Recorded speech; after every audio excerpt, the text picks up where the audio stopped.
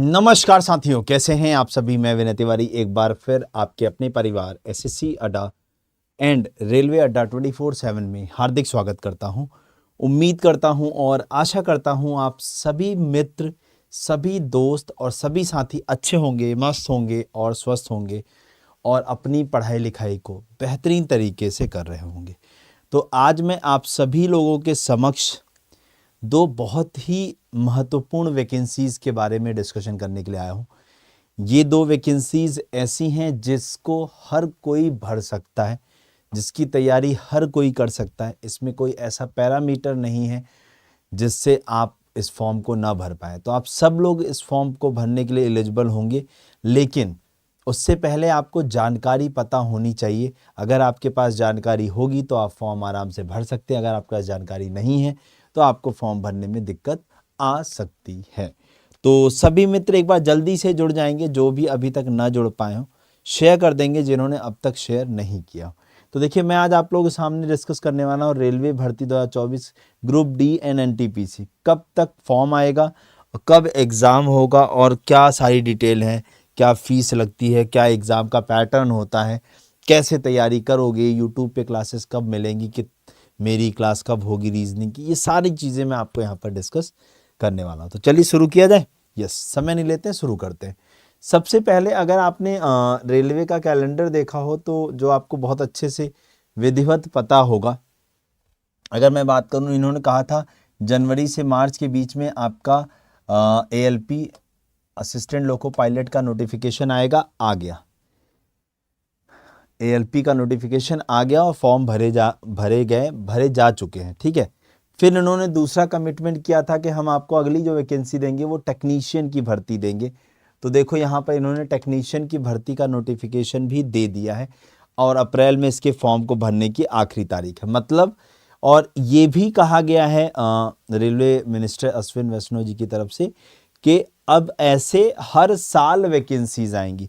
ऐसा नहीं है कि ये केवल 2024 में ऐसा होने वाला है, आगे 2025 फिर 26 सब में ये ऐसे ही वैकेंसीज आएंगी। मतलब जनवरी से मार्च तक एएलपी की वैकेंसी आया करेगी, अप्रैल से जून तक टेक्नीशियन की वैकेंसी आया करेगी, इसके बीच में कभी भी आ जाएगी। जुलाई से सितंबर के बीच में एनटीपीसी और जूनियर इंजीनियर जेई, हाँ, और पैरामेडिकल कैटेगरीज, यानी यहाँ पर कई सारी वैकेंसीज आने के चांसेस। और लास्ट अगर मैं अक्टूबर से दिसंबर की बात करूँ तो यहाँ पर आपकी दो वैकेंसीज हैं, एक लेवल 1 जिसे हम ग्रुप डी कहते हैं और मिनिस्ट्रियल एंड आइसोलेटेड कैटेगरीज इनसे रिलेटेड। तो कुल मिला के अगर हम लोग बात करें तो यहाँ पे बहुत सारी वैकेंसीज हैं। तो अब एक एक करके समझते हैं। तो आपने देखा एएलपी का नोटिफिकेशन आ चुका है, देन आपके टेक्नीशियन का भी नोटिफिकेशन आ चुका है। तो जो कैंडिडेट ऐसे हैं जिन्होंने 10वीं और आईटीआई कर रखा है वो सभी लोग जा करके टेक्नीशियन के फॉर्म को भर लें।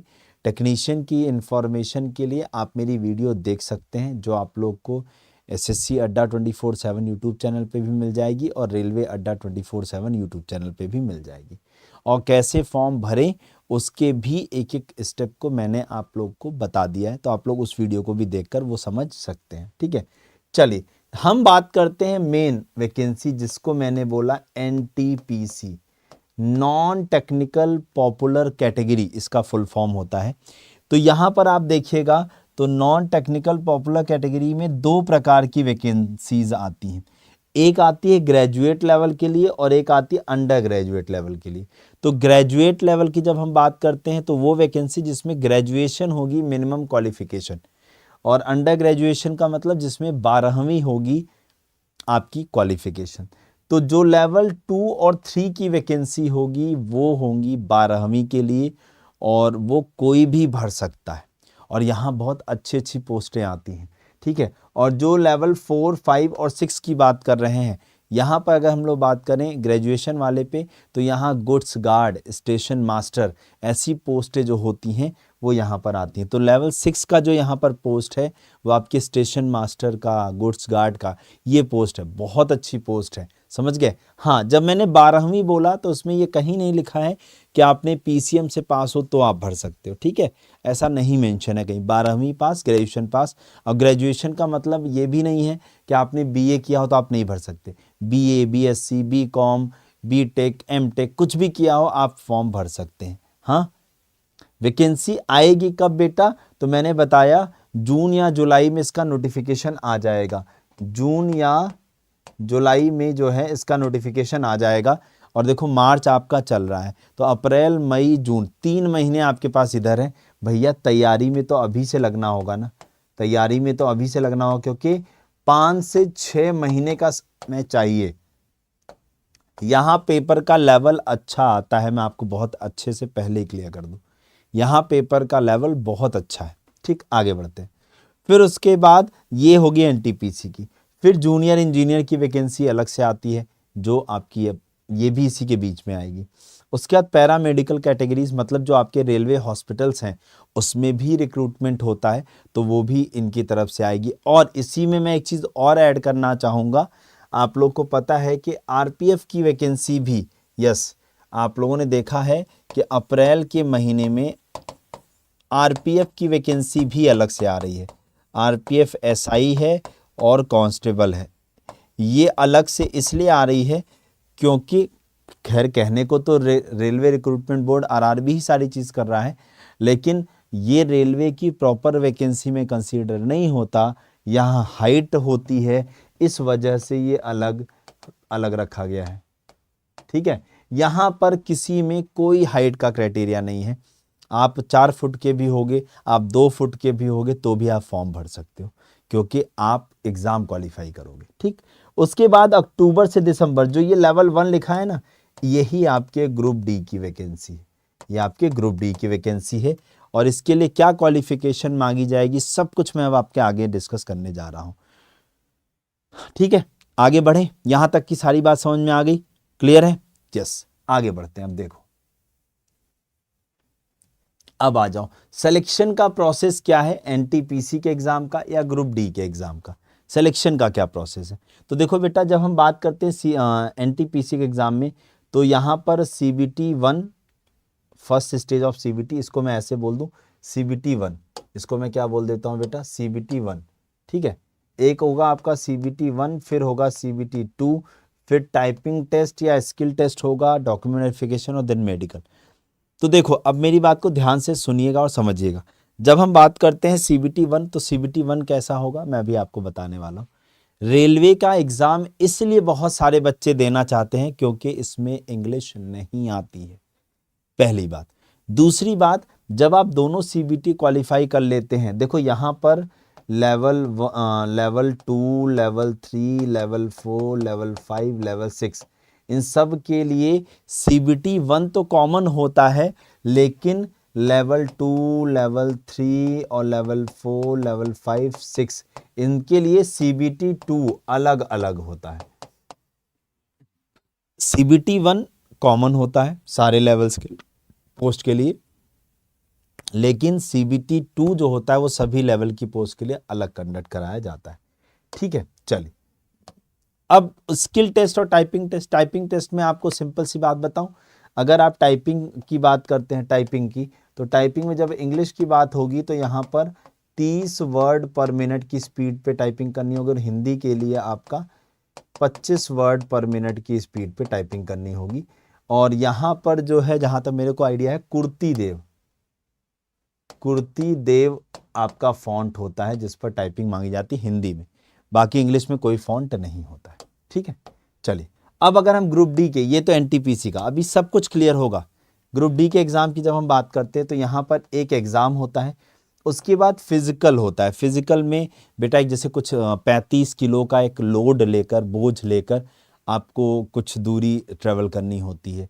ऐसे ही 4 से 4.5 5 मिनट, 4 मिनट से कुछ ज़्यादा में आपकी एक रनिंग करनी होती है। तो कुल मिला के फिजिकल होता है आप लोग का, तो वो आपके एग्जाम क्वालिफाई कर लेने के बाद होता है, समझ गए?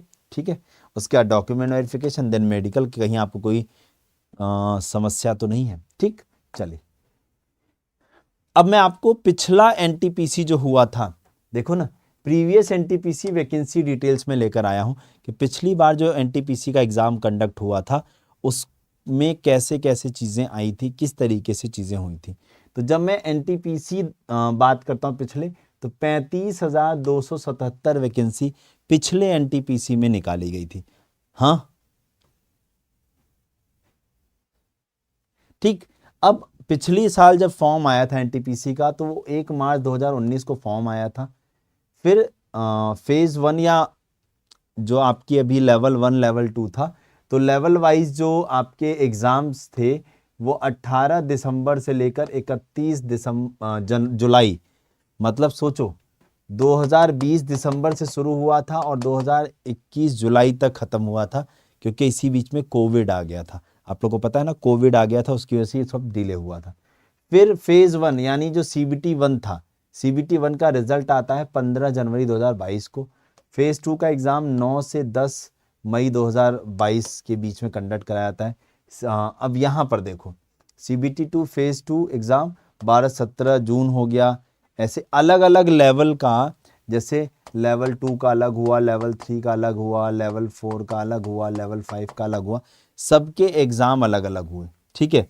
उसके बाद एप्टीट्यूड टेस्ट एग्ज़ाम डेट आई 30 जुलाई को डिक्लेयर किया गया, तो 12 अगस्त को आपका टाइपिंग टेस्ट हुआ और स्किल टेस्ट 30 नवंबर 2022 को हुआ। मतलब समझ रहे हो, 2019 में आई भर्ती जाके फाइनल हुई 2022 में, कोविड की वजह से, केवल कोविड की वजह से। ठीक है।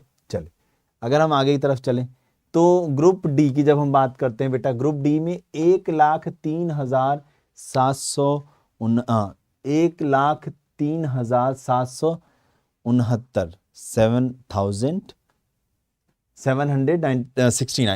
1,03,769 वैकेंसी, इतनी वैकेंसी निकली थी।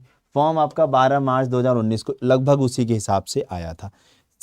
एनटीपीसी के एट पार फॉर्म आपका चल रहा था। ठीक है। अगर मैं यहाँ पर बात करूँ तो एक, अब आगे बढ़ते हैं, ये बेसिक सा पिछला एनटीपीसी, बस वैकेंसी बताना मेरे लिए ज़्यादा जरूरी था कि देखो पिछली बार 35,000 एनटीपीसी आई थी और 1 लाख से ज़्यादा आपकी ग्रुप डी आई थी। अब इस बार देखते हैं कितनी वैकेंसी आती है।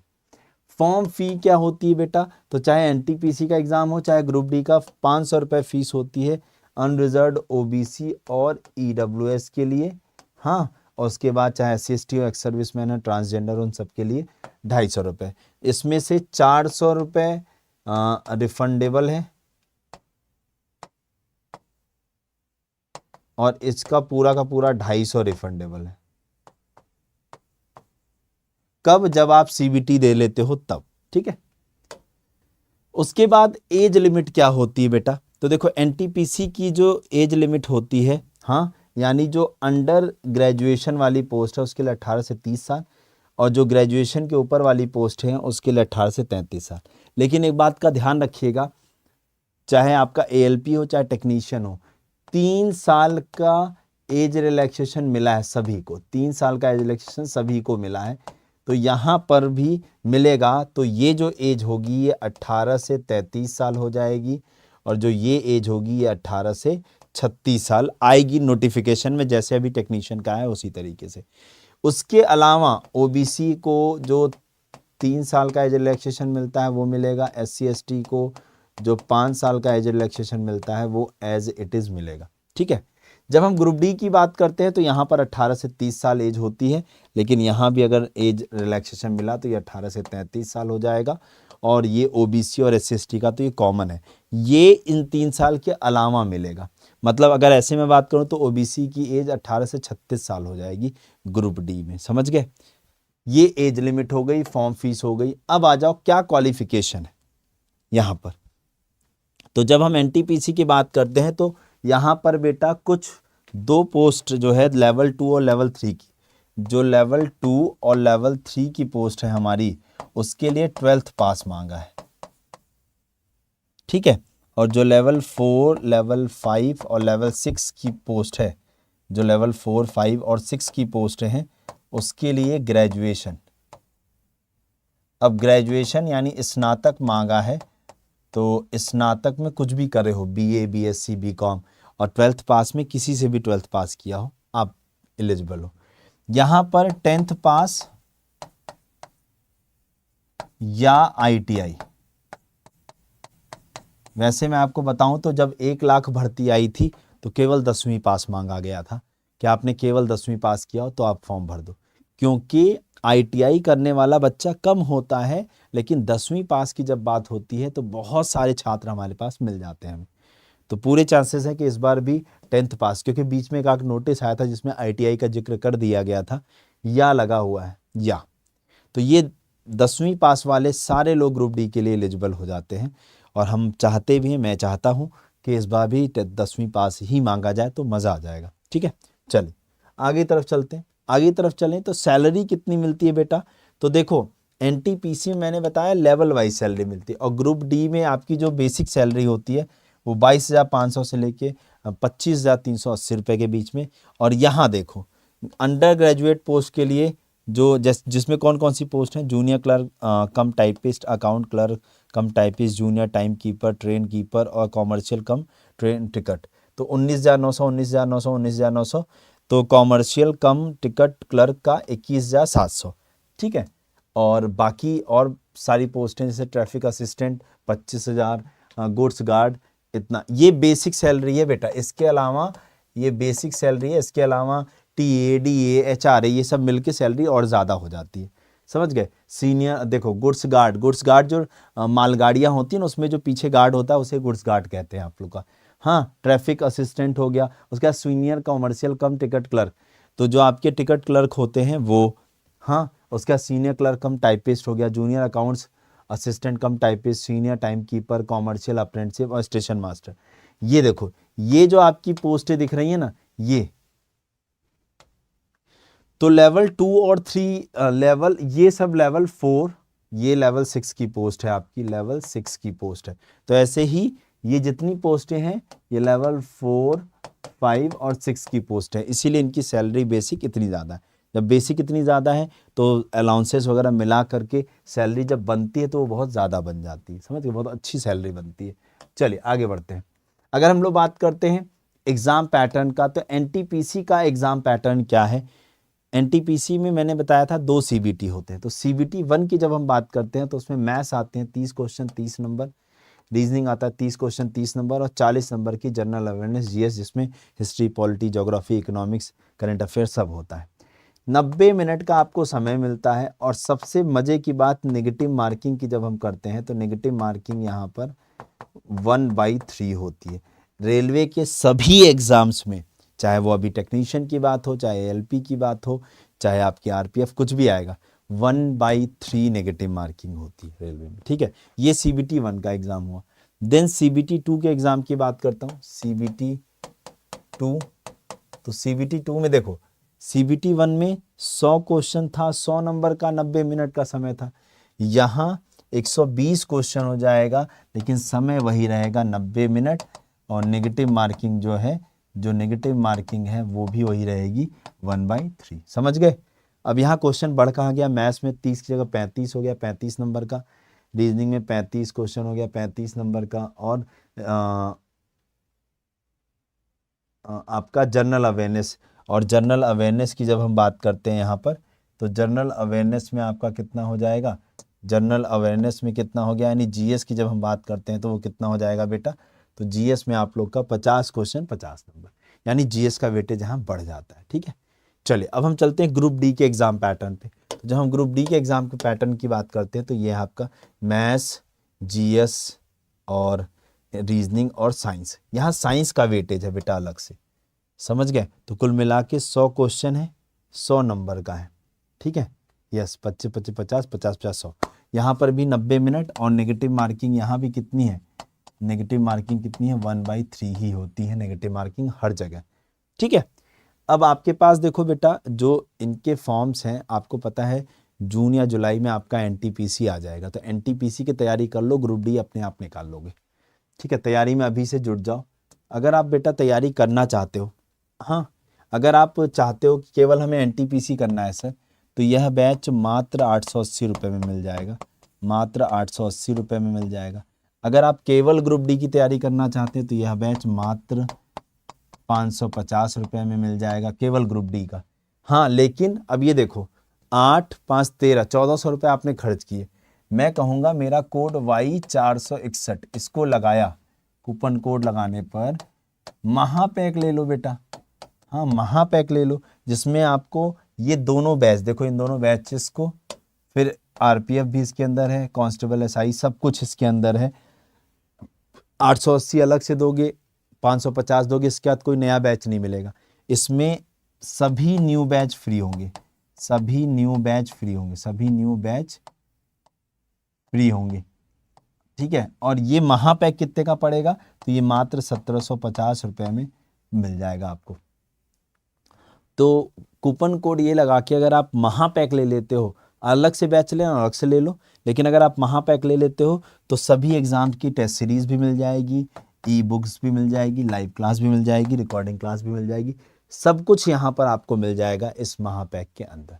तो देर मत करिए बेटा, जाओ तुरंत जुड़ जाओ और अपनी सारी चीज़ों को अच्छे से शुरू कर दो। अब देखो मैं आपको बताता हूँ कि कैसे चीज़ें होती हैं यहाँ पर, या कैसे चीज़ें हमें मिलेंगी, ठीक है। देखो कैसे समझना, बता रहा हूँ आपको। क्या करना है, गूगल क्रोम पे जाना है। जैसे गूगल क्रोम पे पहुँचे, आप लोगों को अड्डा 24/7 पे जाना है। मैं आपको दिखा देता हूँ, अगर आपको अलग से बैच लेना तो आप अलग से बैच ले सकते हो। यहाँ ऑल कोर्सेज दिख रहा है, यहाँ चले जाना। ये रेलवे दिख रहा है। अगर आपको एनटीपीसी का बैच लेना है, एनटीपीसी के बैच की खासियत 880 रुपये क्यों है, क्योंकि इसमें दोनों सीबीटी आपको कंडक्ट कराए जाएंगे। यहाँ पर दोनों सीबीटी कंडक्ट कराए जाएंगे, समझ गए, डन है। तो यहाँ पर आ जाओ, अगर इससे जुड़ना है तो बाय नाउ पे जाइए और यहाँ सिंपली मेरा कोड Y461 लगा के अप्लाई कर दो। 919 दिख रहा है, यहीं पर मैंने बोला ना ऐप के कॉइन्स लोगे 880 रुपये में मिल जाएगा। तो कोड यही लगाना है Y461। इसमें दोनों सीबीटी आपको पढ़ाया जाएगा, CBT 1 हो जाएगा, फिर जब रिजल्ट आएगा तो CBT 2 की क्लासेस स्टार्ट हो जाएंगी, ठीक है। लेकिन इसमें कोई टेस्ट सीरीज नहीं है, लाइव क्लास है और प्रैक्टिस PDF से, ठीक है। उसके बाद अगर मैं बात करने की कोशिश करूँ रेलवे ग्रुप डी की, रेलवे ग्रुप डी का ये बैच है। आप लोग अगर इससे जुड़ना चाहते हो तो बाय नाउ पे जाइए, Y461 लगा के अप्लाई कर दीजिए। तो मात्र ये लो, मैं 550 बता रहा था, ये तो उससे भी कम हो गया।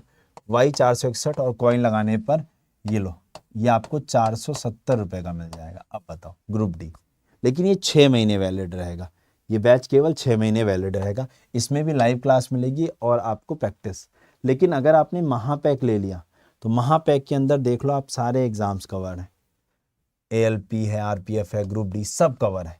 और ये आप लोग को Y461 कोड लगाने पर 1750 रुपये का मिल जाएगा। और उसमें आपको test series, ebook, live class, recording class सब कुछ मिलेगा, ठीक है। तो मेरा सजेशन, आप जाकर के महापैक ले लीजिए अभी, ठीक है, और तैयारी करना शुरू कर दी। तो चलो फिर आज के लिए इतना रखते हैं। इन्फॉर्मेशन कैसी लगी वीडियो के नीचे ऑफलाइन कमेंट करके ज़रूर बताइएगा। और अभी भी अगर कोई डाउट रह गया हो, वैसे मैंने सारे डाउट्स क्लियर कर दिए, बट फिर भी कोई रह गया हो तो कमेंट करके पूछ लीजिएगा। और ऑफलाइन में जय हिंद जय भारत लिखना